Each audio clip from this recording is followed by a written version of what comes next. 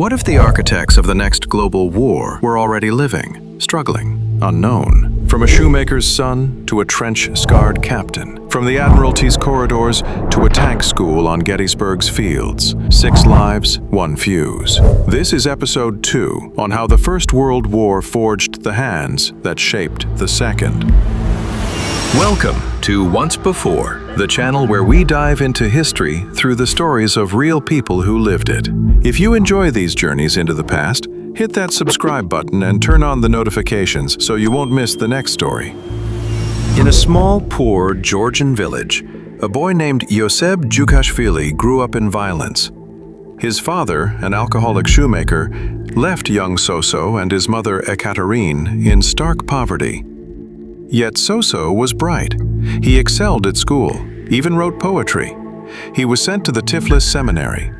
But within those rigid walls, something else was born. Soso became an atheist. He found forbidden books, Marx, Lenin. He joined secret clubs, trading theology for revolution. By 1899, he left the seminary, claiming expulsion for his radical ideas. He worked briefly as a meteorologist, but his true calling was the underground. He became a full-time revolutionary, living off meager donations. His first public speech in 1900 echoed through Tiflis, catching the eye of the Tsar's secret police. He was elected to the Russian Social Democratic Labor Party, aligning with the militant Bolsheviks. His methods were brutal. In Batumi, he orchestrated strikes that secured a pay rise for workers, but also led to deadly clashes with Cossack troops. 13 people died, 54 were wounded. This was his training ground. He founded The Outfit, an armed squad that committed robberies, racketeering, and even assassinating enemies.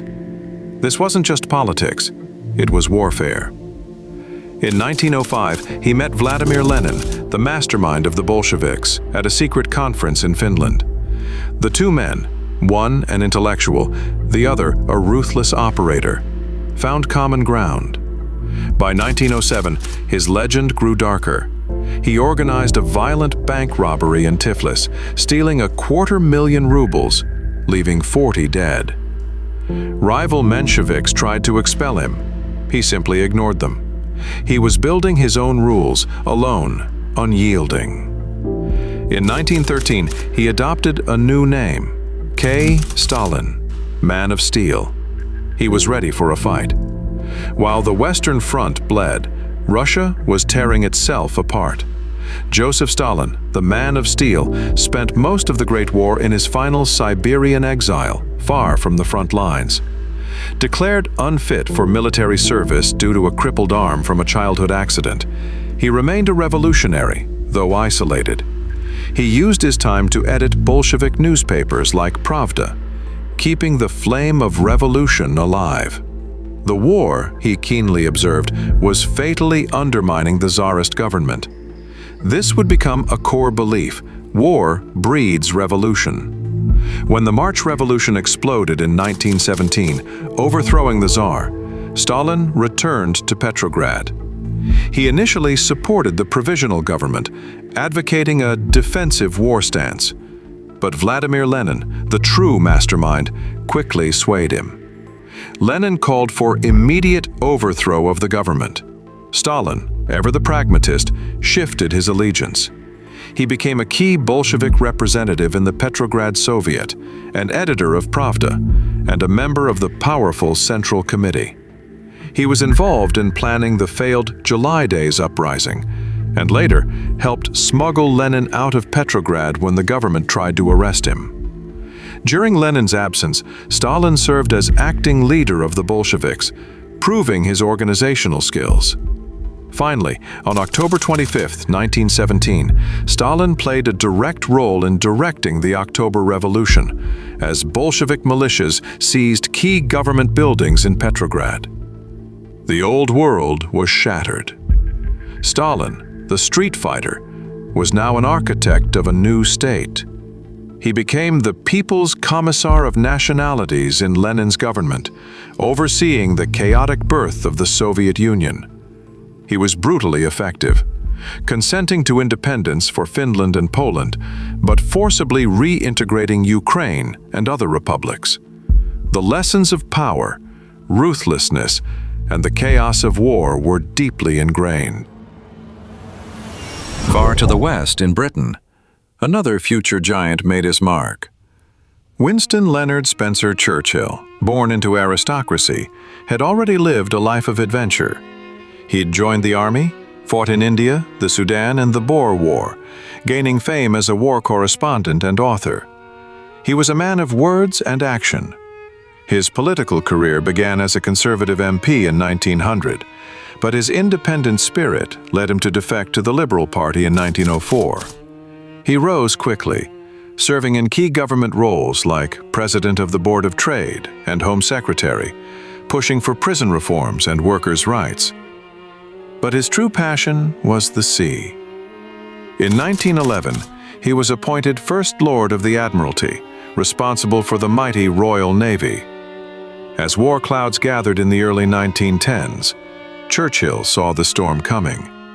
He pushed for naval expansion, for new ships, for greater preparedness. He understood the immense power of the fleet. When the First World War exploded in August 1914, Churchill stood at the heart of Britain's war machine. The Navy was ready, thanks in no small part to his tireless efforts. But the weight of war brings terrible choices. Churchill, despite his brilliance, was not immune to missteps. As First Lord of the Admiralty, he masterminded the ill-fated Dardanelles campaign in 1915. This ambitious plan to force a sea passage to Constantinople was meant to break the Western Front stalemate. Instead, it became a bloody disaster.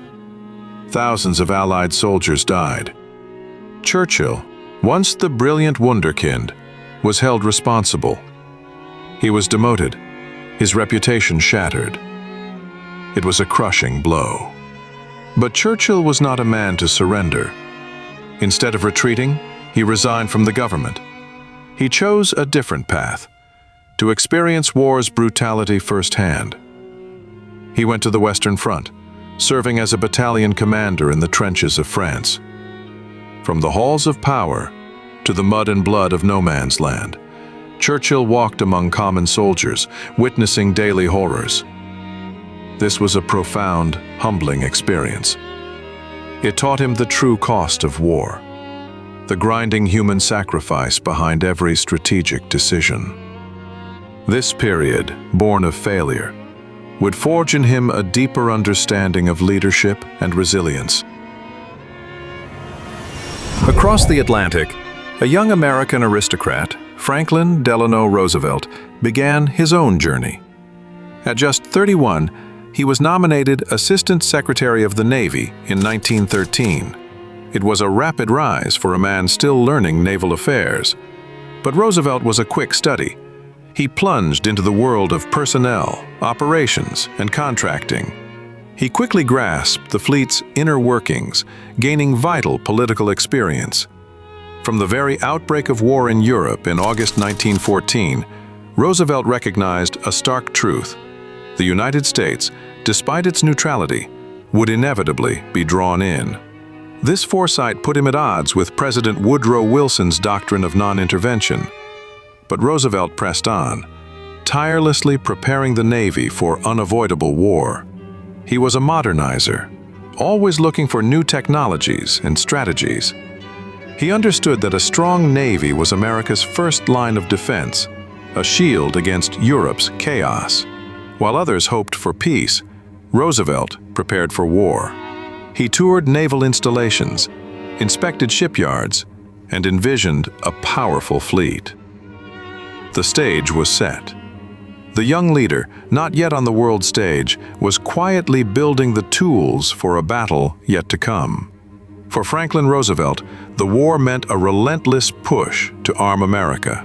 After the U.S. declared war in April 1917, he became the driving force behind the Navy's expansion. He championed massive anti-submarine minefields in the North Sea, a bold, untested strategy against Germany's deadly U-boats. By February 1918, A staggering 100,000 mines were ready. They are credited with destroying at least 4 German submarines, a vital Allied contribution. Roosevelt managed personnel, procured supplies, and kept the fleet moving at a furious pace. In 1918, he traveled to France, visiting the front lines, witnessing devastation and soldiers' courage. The experience left an indelible mark, shaping his views on war for life.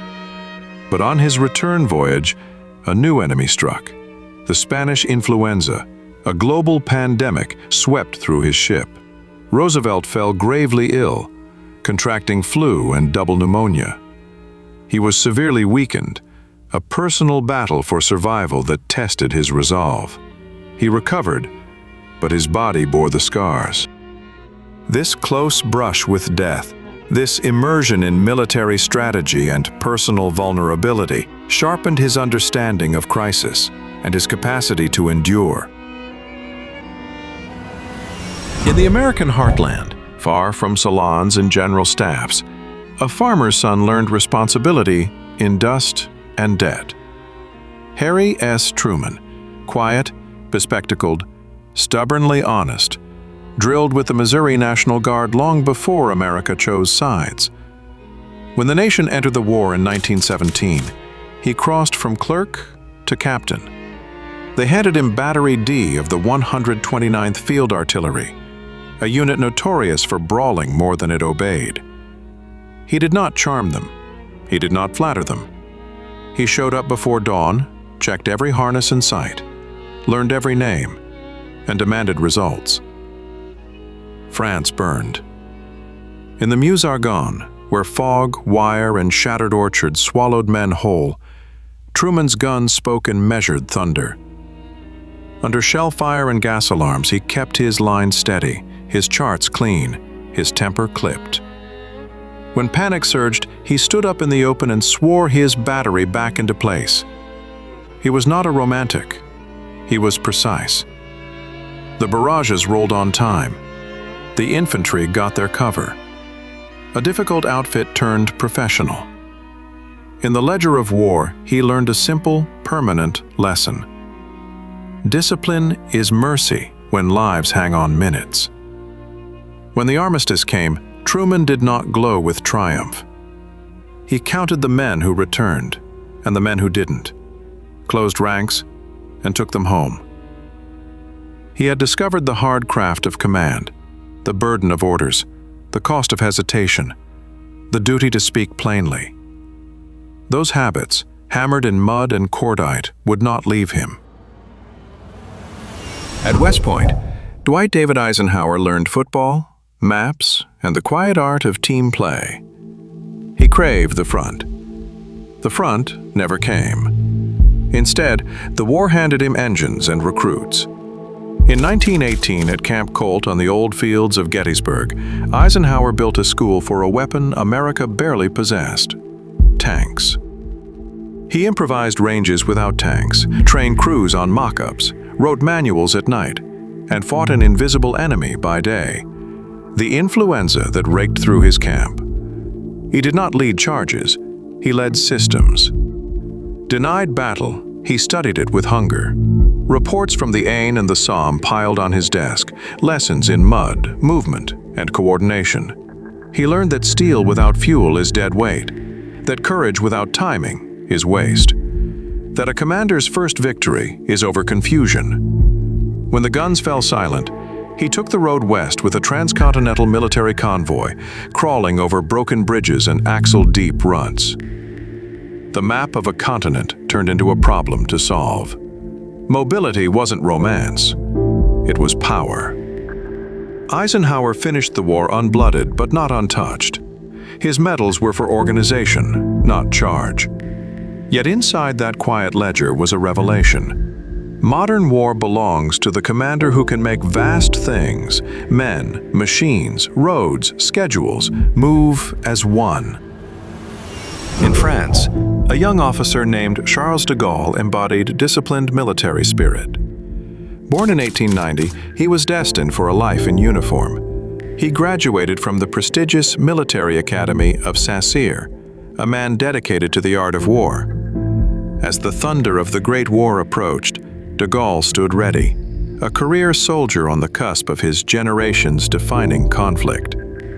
He believed in modern warfare, in mobile mechanized divisions, even if his views clashed with the rigid thinking of the French High Command. But those ideas would have to wait. The raw, brutal reality of the trenches was about to teach him different lessons. When war broke out, de Gaulle was immediately thrust into the maelstrom. He fought on the Western Front, experiencing firsthand the unimaginable horror and scale of modern combat. The endless bombardments, the mud, the barbed wire, the constant threat of death. He was wounded not once, not twice, but 3 times. Each time he returned to the fight, driven by an unyielding sense of duty. But in 1916, during the grinding hell of Verdun, his luck ran out. He was severely wounded again, captured by the Germans and taken prisoner. His war, for now, was over. But his education in leadership and resilience had only just begun. Charles de Gaulle spent nearly 3 years as a prisoner of war in Germany. It was a period of intense frustration for the active young officer. He made repeated escape attempts, each one foiled. Life as a POW was harsh, a test of patience and spirit. He was cut off from the battlefield, unable to fight for his country. Yet these years were not wasted. From behind barbed wire, de Gaulle observed, read, and analyzed. He thought deeply about military strategy, leadership, and national strengths and weaknesses.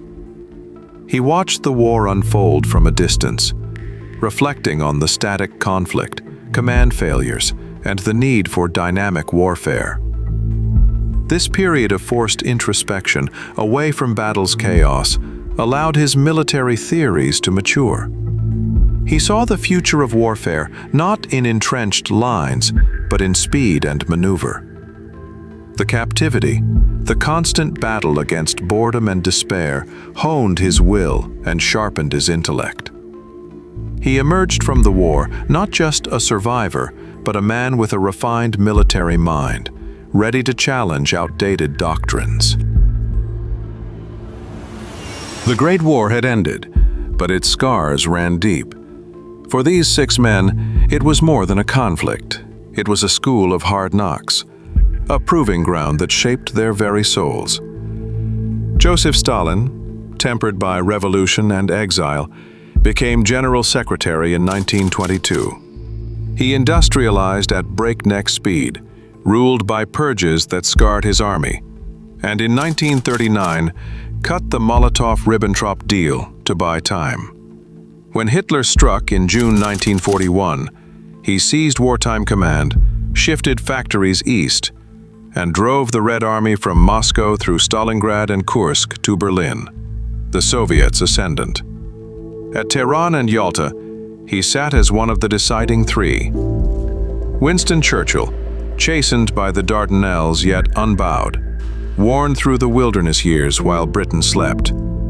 Back at the Admiralty in 1939, then Prime Minister in May 1940, he refused any bargain with Hitler, held Britain through the Blitz, and forged the alliance with Roosevelt and Stalin.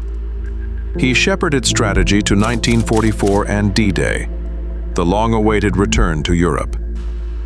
Franklin D. Roosevelt, the Navy's organizer turned president in 1933, rearmed a weary republic and wrote Lend-Lease to feed the arsenal of democracy. After Pearl Harbor, he became the war's central convener, Atlantic Charter, Combined Chiefs, Global Coalition, guiding the road to D-Day and the Pacific offensives until his death in April 1945. Charles de Gaulle, the wounded captain who believed in movement over mud, rose in 1940 from defeat to defiance. He fled to London, issued the call to continue the fight, and built free France from fragments, colonies, units, a flag, and a promise. After D-Day, he walked back into Paris not as a supplicant, but as the voice of a sovereign nation. Dwight D. Eisenhower, the trainer of a tank force that never reached the trenches, mastered the grammar of logistics and coalition. In 1942, he took a theater. In 1944, he took a continent. As Supreme Allied Commander, he launched Overlord, D-Day, held a vast alliance together under fire, and accepted Germany's surrender in May 1945. Harry S. Truman, the precise artillery captain, carried his plain-spoken rigor into politics. As senator, he hounded waste and won respect. As vice president in January 1945, he stood in the wings. On April 12th, he became commander-in-chief in the war's final act, steered the endgame in Europe, and authorized the atomic bomb strikes that forced Japan's surrender. Thanks for watching. If this story moved you, give the video a like, and don't forget to subscribe to Once Before for more journeys into the darker corners of history. Until next time, remember, the past isn't gone. It's waiting to be told once before.